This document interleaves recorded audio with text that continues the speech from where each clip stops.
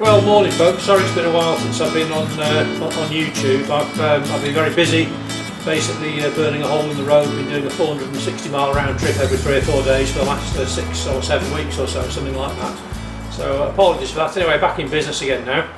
And I thought what I'd like to do is actually make a short series of films on preparing for winter. Considering the how you actually prepare the bike itself, or actually how I'm going to prepare my bike.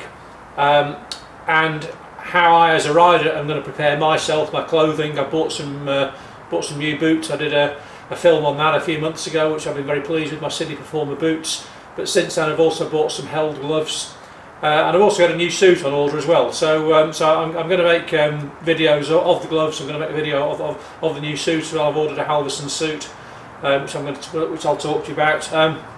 But the purpose of this sort of shortish film actually is just really about how I prepare my bike. So bear in mind now I've had the RT just over a year, actually about 13 months in fact, and of course coming back after so many years, it's now my 38th year actually.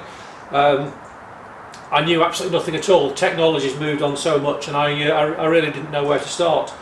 So last year, what I actually did was I leaned very heavily on Stuart Fillingham's advice. I don't know if you subscribe to Stuart's channel on YouTube, but I found it's really helpful. Stuart's an ex-professional sprayer. He actually would professionally spray vehicles, and he gives a really good review actually. And he's got 2 or 3 films up on his channel, which basically explain about, first of all, how to clean a bike. I didn't really know how to start doing that, and the kind of products that you should use. So essentially, to start off with, I very much took Stuart's advice, and of course what happens is over time you actually start to get sort of variations on the theme, don't you? So Stuart got me into 3 particular products. One was the Muc-Off, which I guess got quite a few of you. I found that's really useful. So my approach for cleaning the bike is what I generally do. I'm not cleaning it once a week.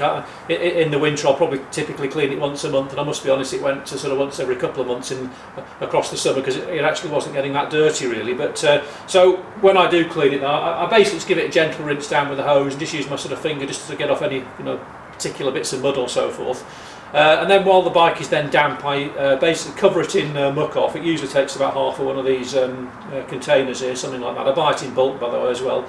And you just leave that to soak for about 5 minutes. Yeah, so once I've washed it off with Muc-Off, I rinse the bike, and then I've been using a good quality Auto Glim car shampoo actually, then just to go over the bike a mitt, and then just basically hose it down, dry it off, and then I actually use my leaf blower then to actually dry the bike off, and it works very well, to be honest. Because I didn't really want to invest another sort of 50 or 60 quid in one of these hot air dryers, because it seemed a bit daft to me. So yeah, I use my leaf blower and then just give it a bit of a polish really. So it normally takes me about an hour and a quarter, something like that's quite therapeutic, isn't it, cleaning your own bike? So having sort of cleaned the bike then, what Stuart recommended for winter essentially was that there's a product called Tetraseal, which I remember from years ago actually. I used to sort of spray it into my cars and things like that. So basically on the areas that get really, that number 1 don't get too hot, but number 2 are really exposed to the salt on the road, so things like your side stand, your centre stand, some lower parts of the frame, that is really good stuff, I have to say. And it's, once you put it on, it typically is going to last for years. The second product then is this product called Double T, which is actually got to be honest, it's actually very cheap stuff. It's a bit like an alternative to WD-40. It contains Teflon, but again Stuart sort of swears by this, and that's what I applied to the whole of my the metal parts of my bike last year. So exhausts, engine, electrics, literally the whole lot. And I've got to say, it's done a pretty good job. I mean, if you sort of just take a look at this little bit of footage. And as I say, I'm not particularly fastidious about the way I clean my bike. I like to keep on top of it. I like to look after it. It's a big investment, and it's something I'm very pleased with. But I know some people really, almost like once a week or even after every ride. I think Dale cleans his bike after every ride, for example. But I'm not really into doing that. But I found this Double T actually worked very well last winter in terms of keeping rust at bay. Now again, I think just practically, when you get into this, you've got to recognise what I bought here is one of the best bikes in the world. It's designed for German winters, and they essentially designed them so that they won't corrode. And I've got to say, I almost get the impression if you did nothing at all to this BMW 1200 RT apart from just wash it, I doubt very much actually whether you get much rust on it. I've got to be honest, apart from, you know, maybe one or two little bits and pieces here and there, which to be honest could be easily rectified. So anyway, so what I've done is a little bit of research just to actually see whether sort of technology's moved on a little bit. And again, I'm a great believer in using other people's expertise where it exists. And again, I don't know how many of you follow the Bennett's sort of social site. It's very useful actually. There's a guy called John Milbank who's the consumer editor. And John's put up an excellent series of videos. I mean, really thorough testing. He tested something in the order of, I think, around about 10 different rust-proofing products to apply to your bike. You know, the ACF 50s and the Muc-Offs and the various other stuff. He tested those. He basically set up an experiment where he snipped out bits of metal and literally every day this guy sprayed them with salt water, having first treated them with one of these proprietary products. And then essentially what he does, he gives you like a slow motion film over that, or a fast motion film over that time, and you can actually see what's happening. And of course the sort of standard, almost like the Emperor's New Clothes type solution today seems to be ACF 50. Everybody seems to swear by ACF 50. ACF 50 actually didn't do particularly well in his test, I have to say, and you can see that for yourself. Interesting, he actually didn't use double T on the test. I'd have been curious to see how that would have worked out over a long period. But I've seen other tests on YouTube where the double T worked very well. But what came up top was a product I've actually never heard of, and it's this product called XCP Professional Rust Blocker. So I've got there, what's that, a 400ml can, and that's probably going to do my bike twice, I would have thought, something like that. The interesting thing is that when this was applied to the test, I think it took in the order of something like 6 or 7 months, being sprayed, I think twice a day with salt water for any rust at all to start to appear on this piece of steel sheet. So that came out head and shoulders, literally, above everything else. So not only did it provide the best rust proofing, it was also the most resilient in terms of actually lasting. And the other point was it also only needed one application, whereas I think with things like the products like ACF 50, you probably have to actually reapply them. So in terms of cost effectiveness, in terms of the you know, just the physical hassle of having to actually spray your bike all over again, it's just more work and it's more cost, isn't it? So my strategy this year essentially is that's going to go on my exhaust, that's going to go on my engine, that's going to go on all the exposed bits of metal. I'm going to cover my lower stand, my centre stand and my side stand again with the wax oil. Okay, and I'm going to use double T on the electrics and probably maybe under the seat as well. Now, those of you who've ever applied one of these products to your bike will also recognise that when you spray this kind of stuff on, you need to cover up things like tyres and brakes as well. So I've always sort of struggled to know how to actually cover my tyres. So for a £5 or so, what I've actually done is I've invested in these tyre covers, which I think I picked up on eBay or Amazon, I can't remember which. Only cost me about a £5. So just some very, very cheap covers here, which I'm going to basically use just to put over the wheels. They're a little bit oversized, but that doesn't matter. But hopefully they'll keep the worst of the spray off the important parts of the bike. Okay, like rubber and like the actual brakes itself.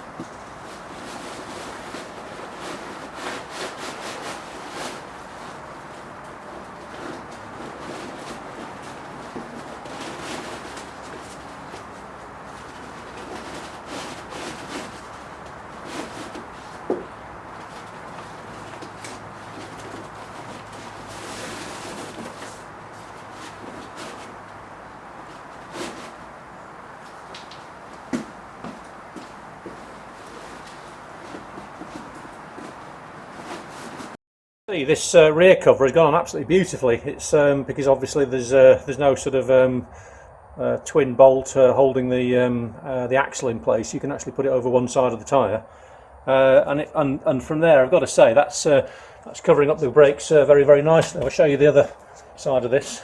So again, I'm free now to spray the exhaust quite easily. It's covering the brakes from that side. Okay, so that's going to work really well.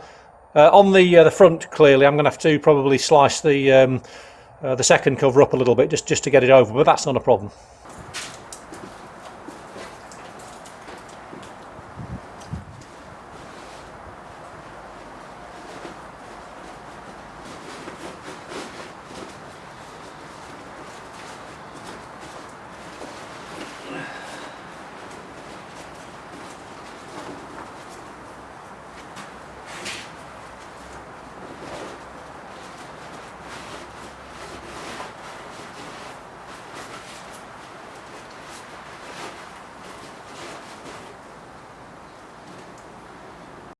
So I've managed to get the front one attached as well, and all I've simply had to do is just got the Stanley knife and just put a bit of a slice in the side. I've tucked part of the cover under the front wheel, and I've stuffed the rear bit of it under the mud flap, so it just holds it nicely into place. And when I go around the other side, I'll just have to replace that. But that will allow me then to get in there and actually spray the front of the engine and the exhaust pipes without getting any scatter on the tyres or the front brakes. A little tip, it's today I'm doing this halfway through December because I'm probably about 6 weeks later than I would normally do it, but I've not been out on the bike much because, as I said, I've been so busy with work. But now, of course, temperatures have dropped. Ideally, I think you probably do this job probably late September when the weather's still warm, but here I am a couple of weeks before Christmas and doing it. So, as I say, outside the temperatures are cold, and it tends to make these sort of products just congeal a little bit. And of course, what you want is a nice fine spray that's actually going to run. So the tip is basically to drop them into some warm water, tap hot water, just out of your hot tap, just for sort of 5-10 minutes or so, just to warm it up, and you'll get a better coverage. Preparation is all, so I've just slipped a few bits of cardboard under the bike because I learnt last year, funnily enough, that you spray the bike, the overspray goes onto the garage floor. When you roll your bike out the garage, then of course the tyres pick it up. So the idea being that any overspray will go onto the bits of cardboard which I can move around as I actually spray. So again, it doesn't look pretty, but it's effective. So the wax oil is warmed up nicely, so let's get that on. So I'm just going to spray this onto the side stand and the centre stand. I'm just going to hold this bit of card behind again just to sort of stop the overspray going too far.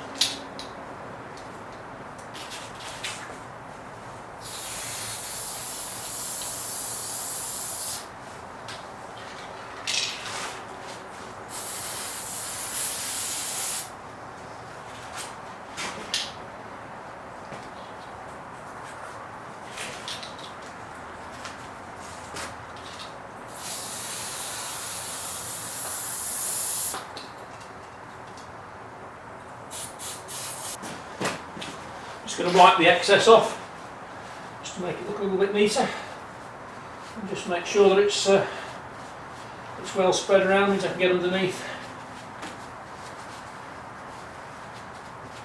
And the other advantage with wax oil is if you do have any little bits of rust, it actually inhibits them. It sort of attacks it and counteracts it. They're really good stuff. Putting any metal parts into long-term storage, it's a good tip just to give it a bit of a spray. Maybe any metal bits you've taken off your bike which you might want to fit later on. Hard to get areas. You know, those of you want to get under things like wheel arches, you know, if you don't have a plastic cover, then if you've got a metal cover, then again maybe wax oil might be a good thing to go for. So in fact I'm actually going to spray underneath my wheel arches, or the rear wheel arch anyway.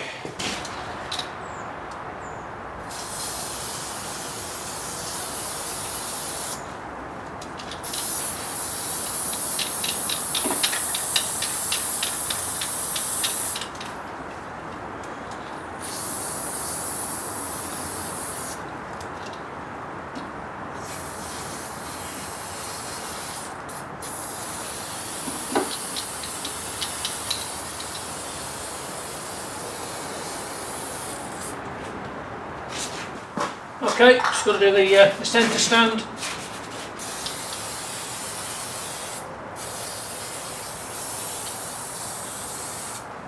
Again, just wiping the excess off, but also sort of spreading it round.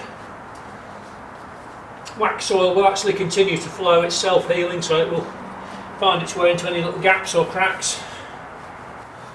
And if you want to, you can actually take it off with a little bit of white spirit in the summer. Must be honest, I didn't bother, I just left it on.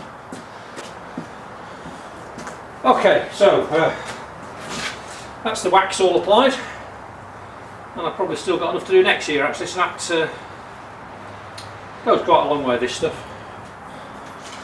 Rightio, so now it's time to apply the XCP Professional Rust Blocker.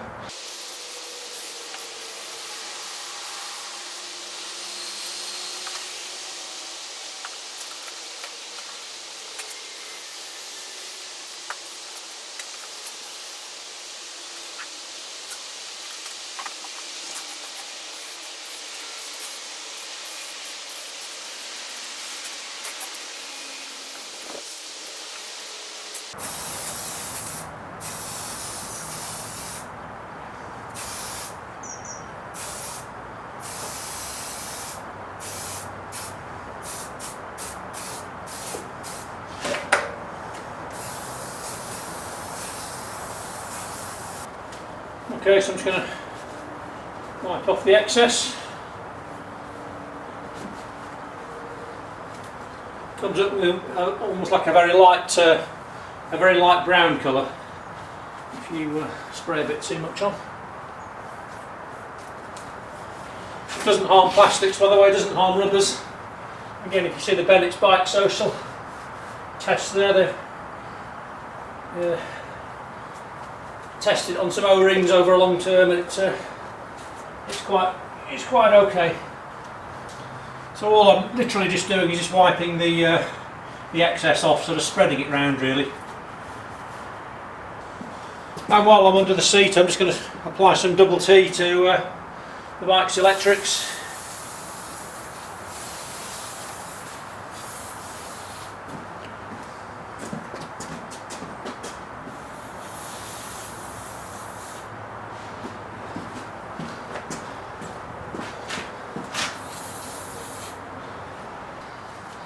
Just got a little bit of overspray on my foot pegs, so maybe with the wonderful benefit of hindsight I probably could have covered them up. So I'll just wipe a little bit into the engine protection bars. I've tried to keep it off the plastics as far as I can, but actually it doesn't matter.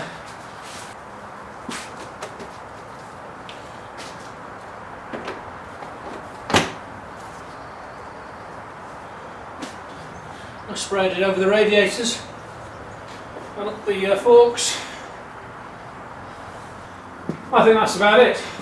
So the final job I'll do, which I won't film, is to basically I'm just going to put a little bit of pledge on the windscreen, just keeps the rain off, and probably apply a little bit of wax to the tank and the plastics, and we're ready to go.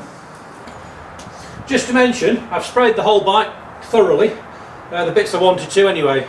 So like I said, that's been the exhaust, the engine, up around the radiators, and inside around the back, and I reckon I've still got half a can left there, so that's going to do me for 2 years, I reckon. So we'll see how. So there we go. Back to the bike is ready for winter.